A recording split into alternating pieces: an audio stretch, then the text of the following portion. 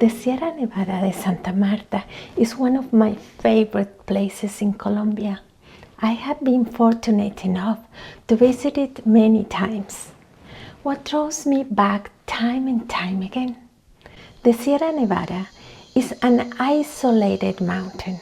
Essentially, it's an island surrounded by deserts and dry forests.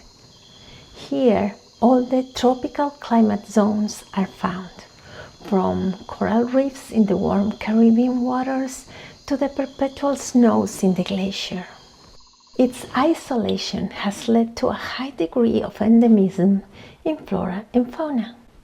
It experiences cycles of rain and drought, which cause the climate and the temperature to change from season to season. There are 36 species and 55 subspecies of birds that exist nowhere else on Earth.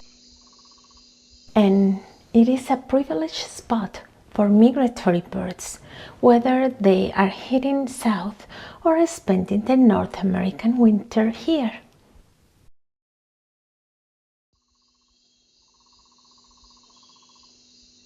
Our journey began in the pitch black night, and the challenging ascent took us along a trail that had turned into a riverbed. Water flowed down the path, forming cascades, and fallen trees from the slopes created bridges or blocked the way.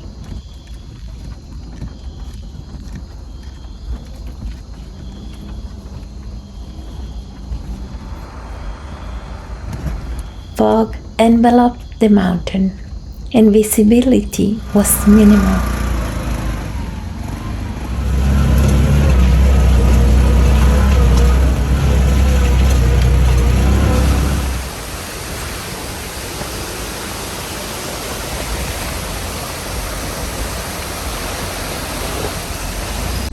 My dream was to see the bright sunrise over the snowy peaks while searching for the beautiful and colorful birds inhabiting the highlands. But that cold and rainy morning held other secrets for me.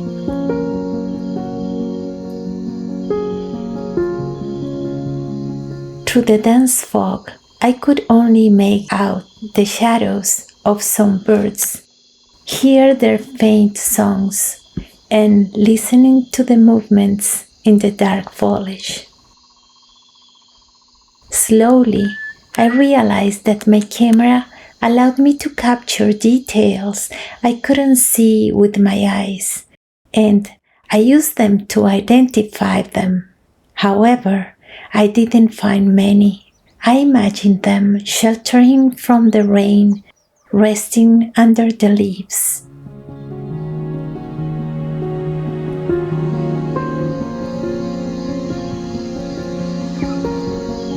At the same time, using the camera was challenging because as I pointed it upward, the lens fogged up and collected water. The condensation on the lens led me to look down and focus on what was closer to me. I noticed the spider webs adorned with raindrops, the plants, flowers, and fruits covering the vertical rock walls.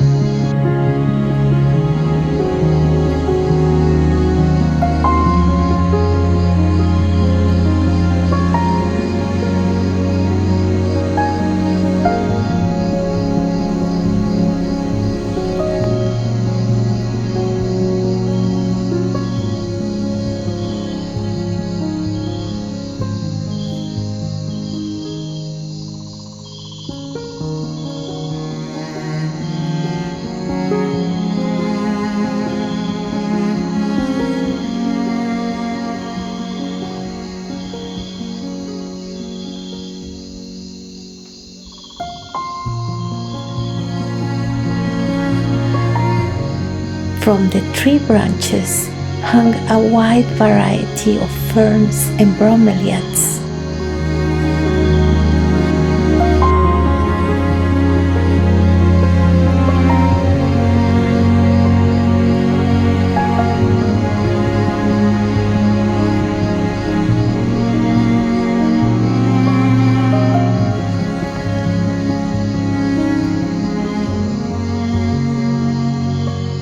I found colorful fungi and also lichens so white and delicate that they seem to float like snowflakes in the forest darkness.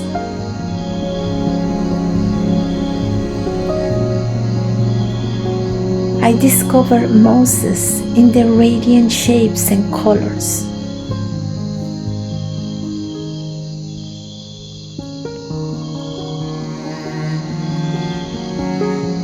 They gleamed in the rain, their tones intensified by the water.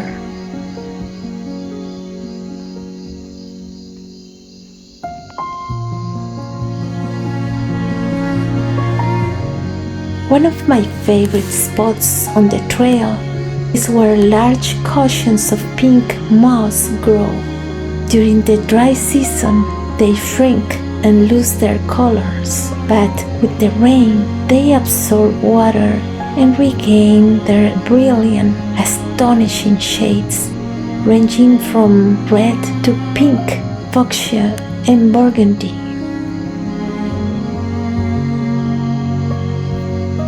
They resemble tiny, vibrant gardens.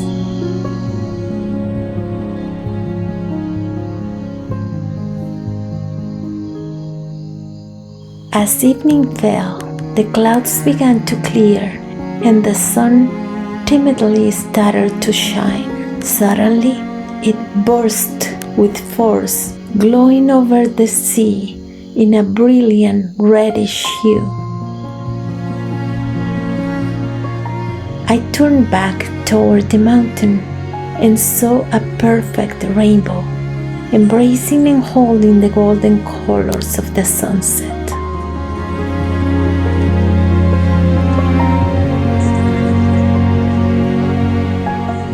This place is absolutely beautiful and magical. This is my favorite mountain.